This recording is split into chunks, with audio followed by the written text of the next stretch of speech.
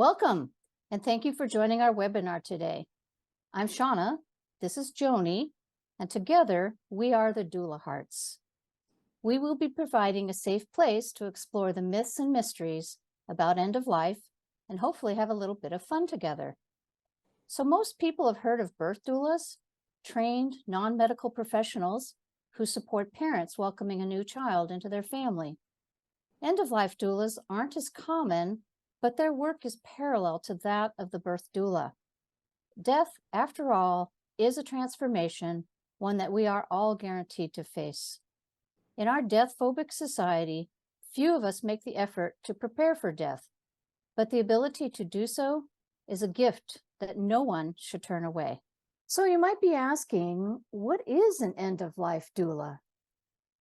An end-of-life doula guides a person who is transitioning to death and their loved ones through the dying process.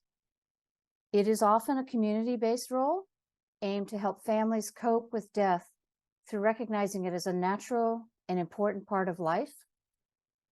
The doula listens deeply to the concerns, fears, hopes, and life stories of the dying person and their loved ones to bring them peace at the end of life.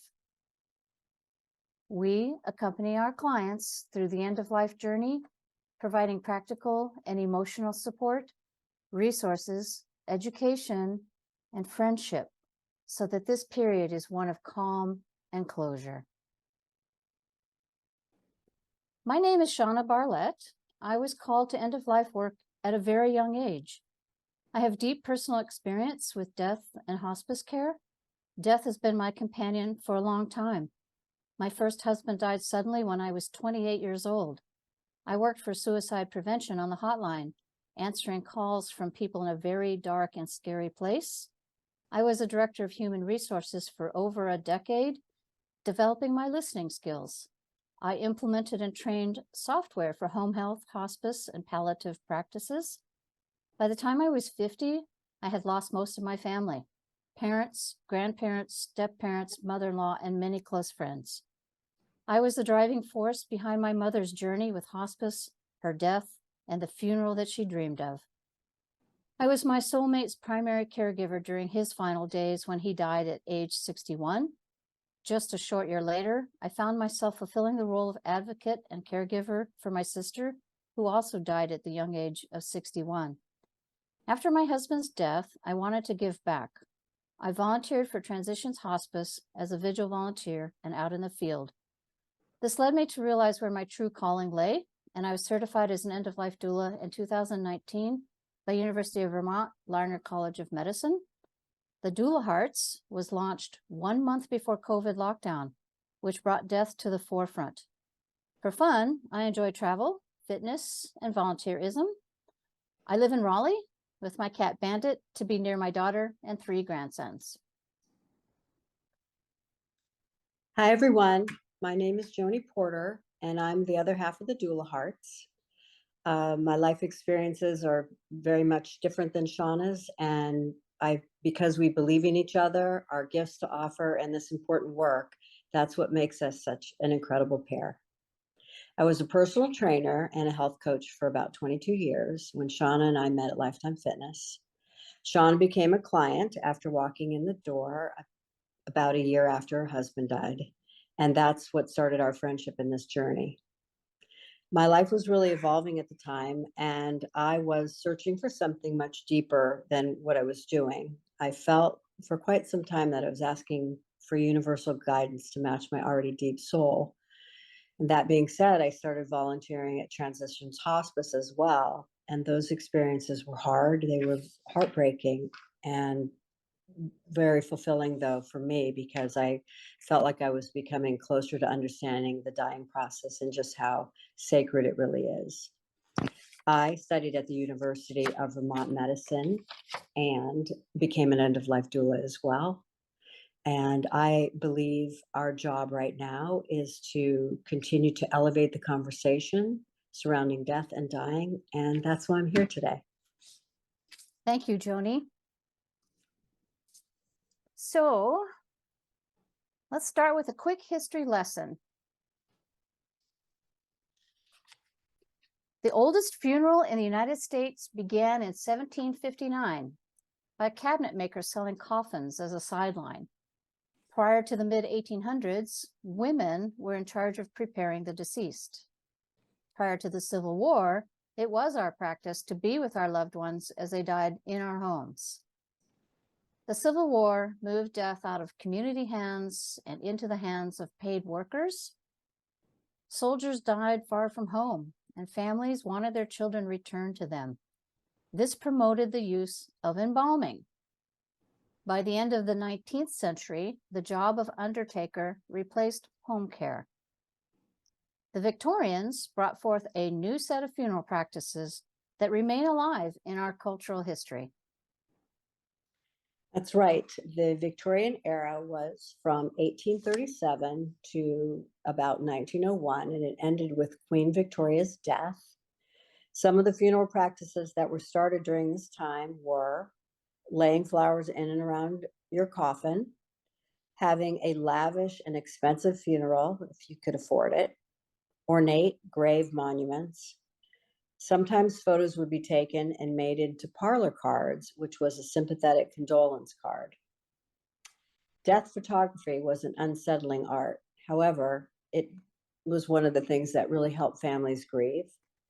And taking a lock of hair was also something that people did quite often. It helped them grieve. It was a part of their loved ones, something that came from them. And I feel like it's still important today. The Queen established mourning clothes, and the color was black. It was an outward display of our inner feelings, and black was symbolic of spiritual darkness. Premature burial led to the invention of safety devices, which were incorporated into coffins. A cord attached to a bell that a person could ring should they revive after burial. Seems crazy. It sounds really funny today and kind of intense stuff back then. But when it came to death, the Victorians really planned ahead. Needless to say, Victorian mourning did not survive the mass casualties of World War I. During the 1930s, undertakers rebranded themselves as members of a professional class strategically crafted to influence consumer perception, leading the public to believe that every dead body poses a health risk and that highly specialized care is required. Neither is true. Individuals, families, and care communities are rising up in search of affordable, meaningful, and authentic funerals. So you might ask how hospice differs from end-of-life care. End-of-life doulas, such as Joni and myself, work alongside with hospice. We work in conjunction with them. We do not replace their services. Hospice is provided to people in later stages of an incurable illness or when they're nearing the end of life. End-of-life care is provided in the last stages of any critical illness. Hospice requires that you discontinue curative and active treatment to be eligible for the benefit, whereas end-of-life care can be given alongside active curative medical treatment. Under hospice, treatment is given to just treat and alleviate your symptoms and any negative effects that you might be experiencing. They call that comfort care. Whereas end-of-life care is given as supportive treatment, easing physical symptoms and providing emotional and spiritual support. This can take many different forms: yoga, Reiki, we can massage, some sense. There's a variety of things that we can do to help ease physical symptoms. Under hospice, you have a care team that organizes your care and communication. It's called an interdisciplinary team. End-of-life care can be provided by anyone. That can be a family member, your neighbor, an end-of-life doula. Under hospice, your life expectancy should be 6 months or less to qualify, whereas under end-of-life doula, their life expectancy is not a factor at all.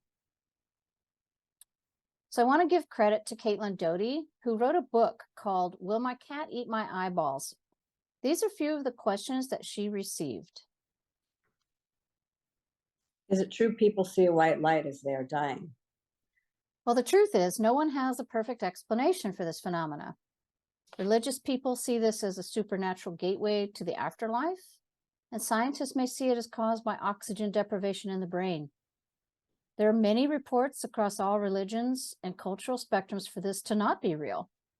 People who experience a near-death experience, called an NDE, report seeing this white light. About 3% of Americans say they've had an NDE. Scientists may explain that seeing this light at the end of a tunnel is the result of what they call retinal ischemia. This is when not enough blood is reaching the eye, reducing your vision.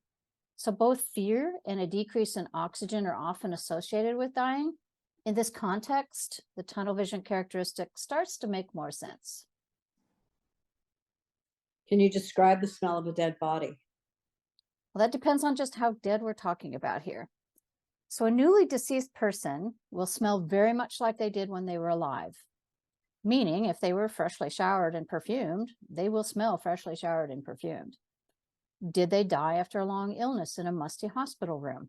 Well, then they will smell like illness in a musty hospital room. Here's what doesn't happen in the first few hours after death. They won't bloat, turn green, or burst out with maggots. That is a horror movie and not the reality of the timeline. If you want to keep your loved one at home, but are worried about odors, don't be. This is totally doable with ice packs. The scent of decay actually comes from decomposition, which emerges over several days. When a person dies, the bacteria in their intestines does not die with them, and that bacteria is ready to break your body down into organic material. As these bacteria, along with other microbes, break your body down, they give off a gas called VOC, which stands for volatile organic compounds, which are the prime stinkers. Interesting to note, we used to be much more accustomed to the smell due to lack of refrigeration. That makes sense. What would happen if you die on an airplane? Well, the flight attendant won't open the emergency exit door and toss your body out attached to a parachute.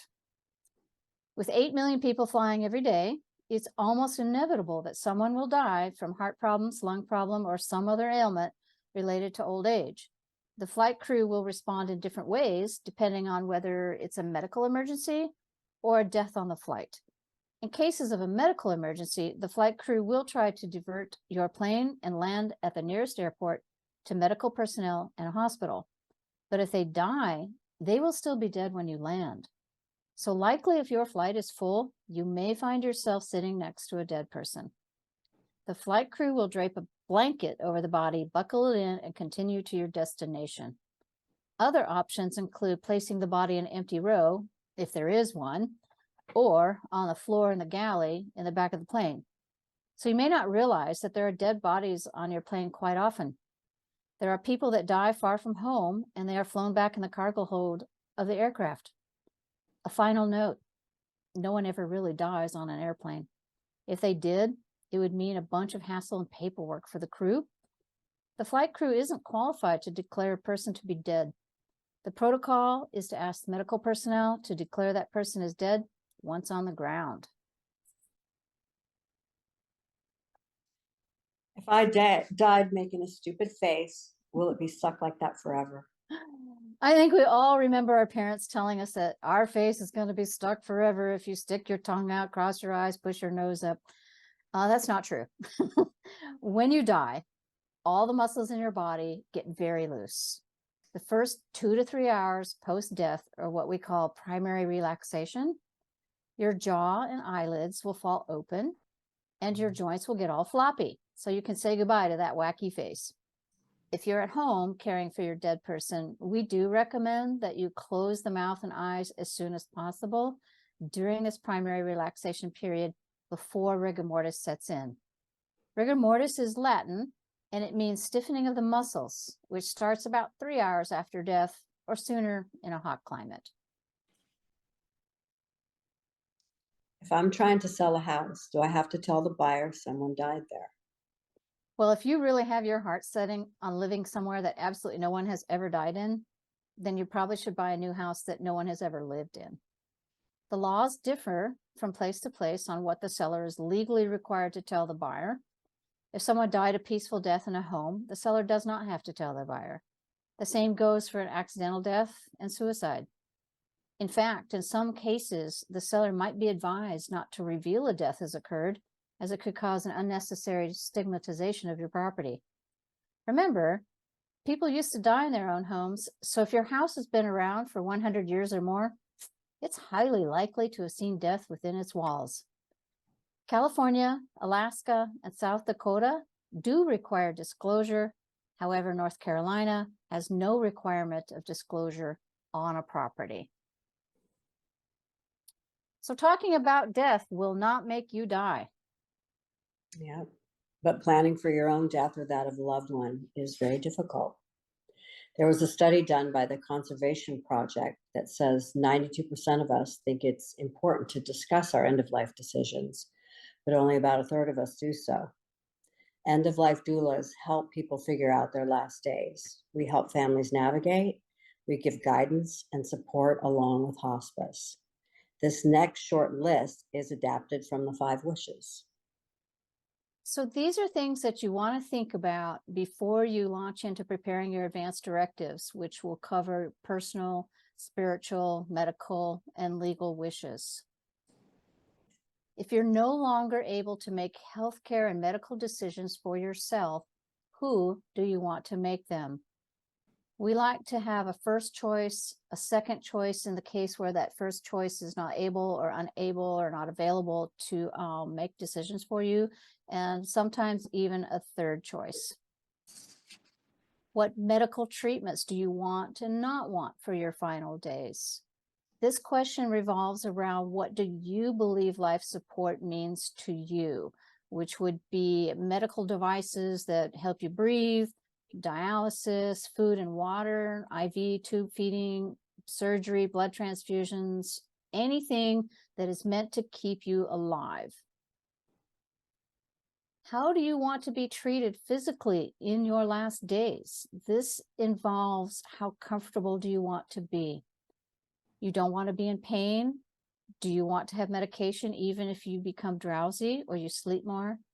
What if you show signs of depression or nausea, shortness of breath, or hallucinations? Would you like medication?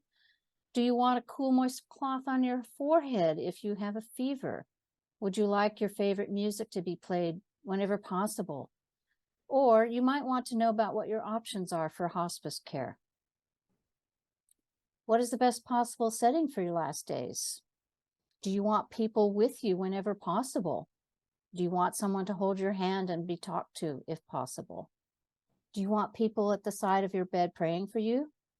Would you like a member of your faith community to come and pray for you and visit you? Do you want pictures of your loved ones near your bed? And do you want to die in your own home? Or would you like to be at the beach or in a hospital? How do you want to be treated after death? This is going to go a long way in helping your family understand what your wishes are.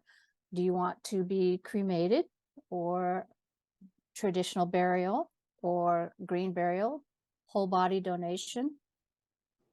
These are all questions that you should probably be thinking through before we launch into your paperwork. Don't be afraid to write down what you really want. You only die once. So, planning for end of life. Right. So planning for end of life, let me tell you what I want so I can get on with the business of living. We may not be able to control the time or cause of our death, but we can influence where and how we are cared for. This can be done at any stage of life, so there is more likelihood your preferences will be respected. Planning ahead relieves your loved ones from having to make difficult decisions on your behalf. So just how important are these documents? Well, at any time, you can change your mind. We understand that life events happen, things change. You just simply redo your documents with any updated wishes. I'm going to give you a couple of reasons why this can be so important. You may have heard of both of these cases. 2 young women in their 20s. The first is Karen Ann Quinlan. She was an American woman who became an important figure in the history of the right to die controversy in the United States. When she was 21 years old, Karen became unconscious after she consumed Valium along with alcohol while on a crash diet. She lapsed into a coma, which was followed by a persistent vegetative state. After her doctors refused the request of her parents to disconnect Karen's ventilator, her parents filed lawsuit to get her disconnected. Karen continued in this persistent vegetative state for slightly more than 9 years until her death from respiratory failure as a result of complications from pneumonia. Terri Schiavo, another young woman, was a series of court and legislative actions in the United States from 1998 to 2005, 7 years. She was a woman in an irreversible persistent vegetative state as well. Her husband and legal guardian argued that Schiavo would not have wanted prolonged artificial life support without the prospect of recovery. And in 1998, her husband elected to remove her feeding tube. Schiavo's parents disputed her husband's assertions. They challenged Schiavo's medical diagnosis, and they argued in favor of continuing artificial nutrition and hydration. This was a highly publicized and prolonged series of legal challenges presented by her parents, which ultimately involved state and federal politicians up to the level of President George W. Bush, causing a 7-year delay before Schiavo's feeding tube was ultimately removed. In both cases, having advanced directives, medical power of attorney, a power of attorney, and a simple will in place would have gone a long way in mitigating the delay and the pain that these families ultimately suffered. So I'm going to talk about these just in order of presentation here.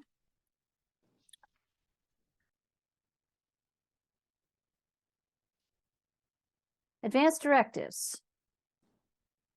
It is a legal document that tells your doctor your wishes about your health care if you can't make the decisions yourself. So if you're no longer able to speak for yourself, this document, which is notarized, will tell your doctor what your wishes are. It explains what medical treatments should be accepted or refused, especially at the end of life. The more specific, the more useful it will be. It's best when used in conjunction with a healthcare proxy, which I'll talk about on the next slide, which appoints a healthcare agent who's willing and able, and this is the key phrase, to apply your values, your religious beliefs, and your preferences to a wide range of situations. We recognize that many of you find talking about serious illnesses and end-of-life issues very difficult, but the stress and the worry can ultimately be reduced when you do discuss this in advance. Our medical power of attorney, also known as a proxy, is a legal document which appoints someone as a representative and gives the person the power to act on your behalf to make decisions about your medical care, again, if you are no longer able to speak for yourself. Your healthcare agent should be someone who truly knows you and knows what kind of care you want, is comfortable making decisions, and able to communicate with medical professionals. We encourage families to talk to one another and discuss their wishes in advance before anything happens. We find that discussing and planning leads to better care and more control for you and your family. Now, I get a lot of questions about this next document, a power of attorney. This is a very different than a medical power of attorney. It's a completely different document. It gives the authority for another person in all specified or legal or financial matters. You get to pick and limit the scope or make it as broad as you like. To do this, you yourself must be 18 years old, mentally competent, and have what's called capacity when the power of attorney is signed. We have a notary public on our team, and I'm told that it is a standard of professional practice for that notary public to look for signs of competency. Even if it's not required by law, it's good professional practice to look for signs that the signer may be unaware, under duress, confused, or unable to communicate. This document grants really broad powers to an agent to make decisions, handle your financial affairs, and manage your assets. There's a variety of reasons why you would want this in place if you're not able to, like you're in a skilled nursing facility or you're in the hospital and you need somebody to do a banking transaction or sell your car for you or manage something with your property. They can't do that without a power of attorney. Another common myth, people are afraid of this, but agents cannot gift money or property belonging to you to themselves. So if you give somebody your power of attorney, they can't empty your bank account and they can't take your house. That's illegal. It safeguards your interests while you're alive. Get this question quite a bit. This power of attorney is only valid while you're alive. Once you have passed away, then you're going to need a will. I'm going to give you a little personal story that might help you understand how important a power of attorney can be. We had a client who was declining from congestive heart failure. She developed kidney failure as a complication, and as a result of the dialysis, she also developed a form of dementia.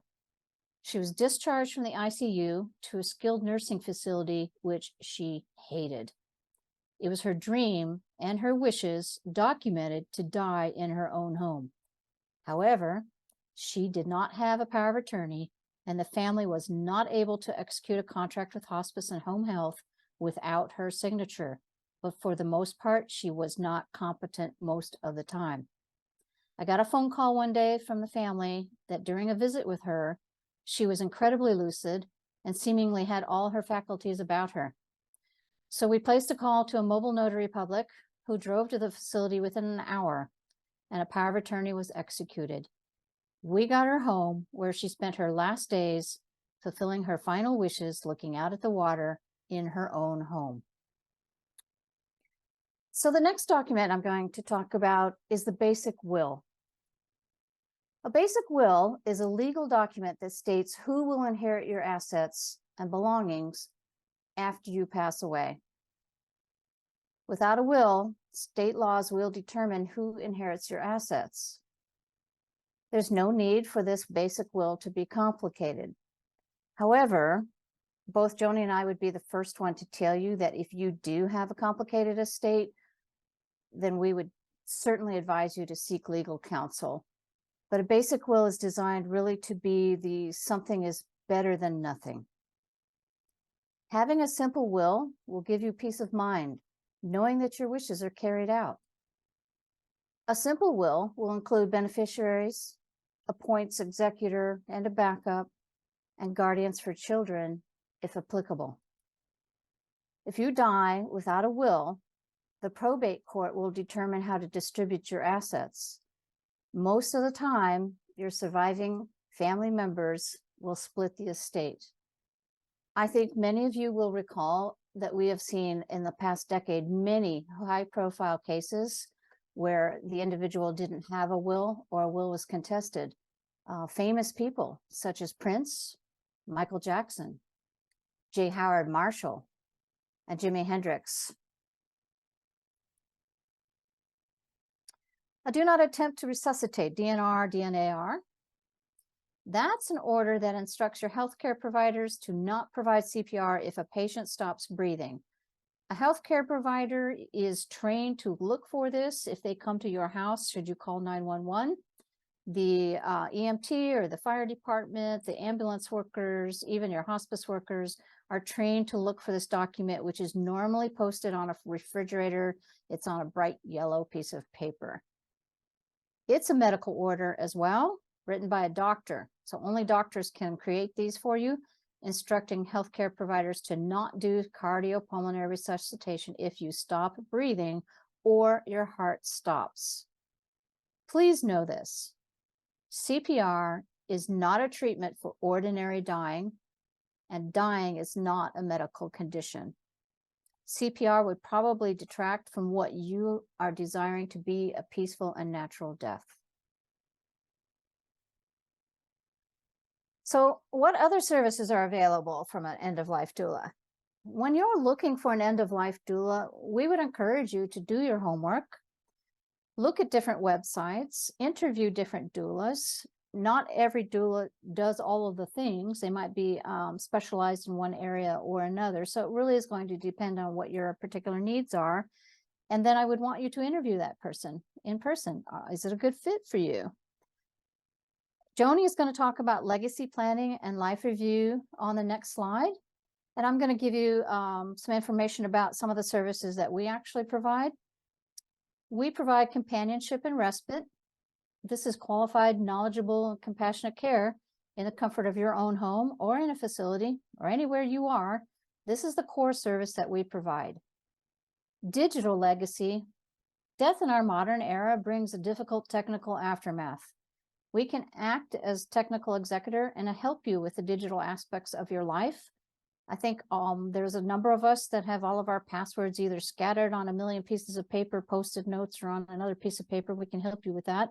We can also help catalog and identify your automatic drafts that are coming out of your bank account, or any automatic shipments that you've got coming from Amazon or Chewy.com for your little pets. We also do medical advocacy. We are happy to accompany the patient to a doctor appointment, to listen and record information, and assist with the dissemination of that information to caregivers and family members. When you receive a cancer diagnosis or a terminal diagnosis, I think the first thing that happens, and it's very natural and normal, is you just go blank. So we're happy to go and sit with you and take notes and record all this and help bring that information back to the family. Planning for your remaining days. Diagnosis of a terminal illness brings with it an immediate reshuffling of your priorities, as well as new challenges and concerns. We will work with you to complete a plan that helps address the issues that arise after learning that your remaining time is limited. Funeral options after death guidance. We are not licensed funeral directors, but we can assist you with disposition choices and outline the various options that are available to you, as well as protect your rights as a consumer. Memorial planning, remembrance events, living funeral. We can help you identify what type of memorial service or life celebration that you would like and provide assistance with the planning and organizing. Vigil sitting. So Joni and I consider it a privilege to be given the opportunity to be with someone who is passing from this world and experiencing their own unique and private moments. Perhaps the patient is alone, or a family member doesn't want to experience the death by themselves. We will be with a patient to comfort them, keep them relaxed, unafraid, and peaceful until the end. We help the family by providing information about the dying process, what to look for, and what is going to happen next. We have found that knowing these things brings a sense of calm. Post-passage bereavement. We want to ensure the best possible outcomes for our families after the loss of a loved one. We will visit you to offer our support in any needed referrals to bereavement services and to help provide closure. In addition to this list, we also offer nutrition counseling and assistance with functional movement. All right, legacy projects. Legacy work, yeah. Most people, I feel like most people are already doing their legacy work and they don't even know it. For instance, my Aunt Joan was a sewer, and when she was raising my cousins, she made a lot of clothes. She also loved to cook and had several aprons, as women would wear back in the day. After that, she dabbled in painting on porcelain. And so when she died, all the things that my cousins didn't care about, like the aprons and the thimbles and spools of thread, I was able to get. And I honor those things intensely because I adored her. And now I find myself collecting aprons for my daughter. We talk about handwritten recipes, which a lot of people are already doing those kinds of things. Scrapbooking and photo albums. Write a memoir of your life. I know several people who should start that project now while they're in their early 50s. Audio or video conversations with questions and answers that might be important to you. with stories of things and moments that happened to you. And that's another thing I feel like if you wanted to start something like that now, I definitely show you how to do that. And then, you add it on as you go. You don't, sometimes waiting till the very end, then maybe that part of a legacy project doesn't happen. But I always want to promote that, especially audio and videoed conversations. I think they're important. Letters to loved ones. I think that's a beautiful idea. I have an example of that. Shauna had a wonderful friend that she had for a couple of years in Hawaii, and Shauna moved back to North Carolina. Her friend suffered a long illness, long enough for her to write letters to each important person in her life, and even included a couple photos. She asked her mom to mail each one of those after her death. Well, when Shauna received the letter, she was very much caught off guard, and just her heart was so full to get a letter from her friend who had already passed away.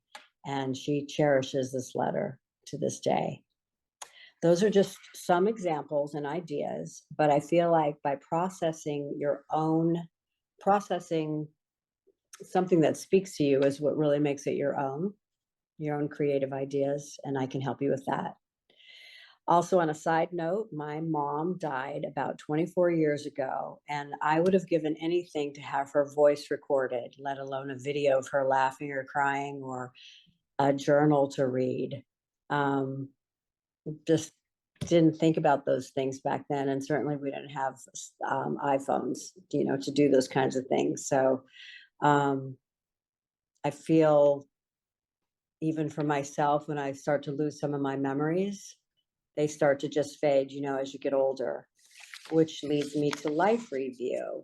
So life review is a type of recollection that allows individuals nearing their end of lives to achieve peace, find meaning and acceptance.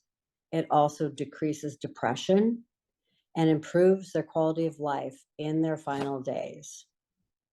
Or it can be done way before your final days, and all those things are true. Decreasing depression, improving your quality of life, all those things are true if you want to start a life review before you're diagnosed or know you are dying.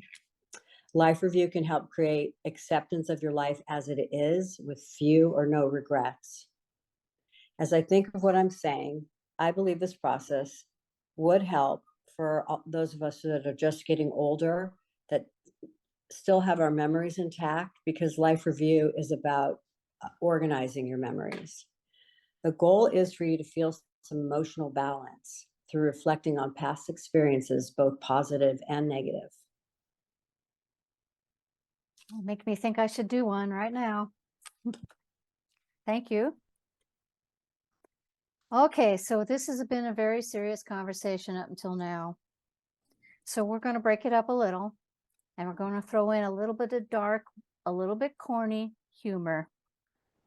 So these are kind of like knock-knock jokes. Here we go. Will glass coffins be a success? It remains to be seen. Twin monks who ring the church bells have died. Well, let me give this some thought. Let me think. Ah, they are now dead ringers. Dad always thought the last thing he needed was a burial plot. Gotta love it. He was right. What are ghosts' favorite streets? Well, let me give that a few minutes. Let's see. Aha, dead ends. They say that breakfast is the most important meal of the day. Well, not if it's poisoned. Then the antidote becomes the most important. So Epictetus said, I cannot escape death, but at least I can escape the fear of it. So here's one of my favorite cartoons. The doctor has just found an expiration date on your scalp. Do you want to know what it says? Or would you like to be surprised? So people don't always need advice.